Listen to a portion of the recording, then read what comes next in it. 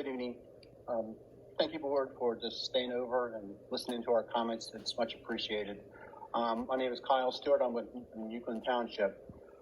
Several have stood up here and spoke about how we need to listen to doctors and the science, and that we need to listen to the CDC. Well, the CDC has changed their minds. They flipped, they flopped. One day we're wearing masks, the next day we're not wearing masks. One day we're vaccinated, you're okay, the next day you're not okay. So they've gone back and forth, and even professional commentators are out there saying that their message has been very distorted and very hard to follow. So for that to be our agency that we're following, it's kind of, to me, just seems kind of difficult.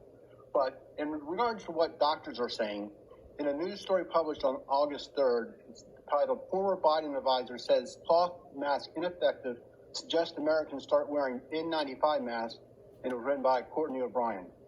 Dr. Michael Osterholm, he's the director of the Center for Infection Disease Research and Policy at the University of Minnesota, said, and I quote, "We know today that many of the face cloth coverings that people wear are not effective in reducing any of the virus movement in or out." Let me repeat that. He said, quote, "We know today that many of the face cloth coverings that people wear are not effective in reducing any of the virus movement in or out." And he does go on to say that we should be wearing N95 masks. However, students are not wearing N95 masks, and I highly doubt any of them are going to go out and purchase N95. But students are wearing the exact masks the doctor says that are not very effective in reducing any of the virus movement in or out.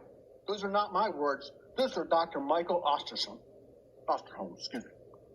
So I'm asking the board to let our students breathe. Let them see faces. Let them communicate. Let them have a normal school year.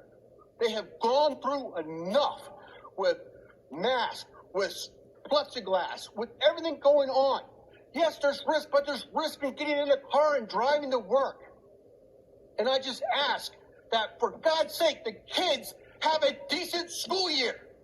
We had 5 suicides last year. 5!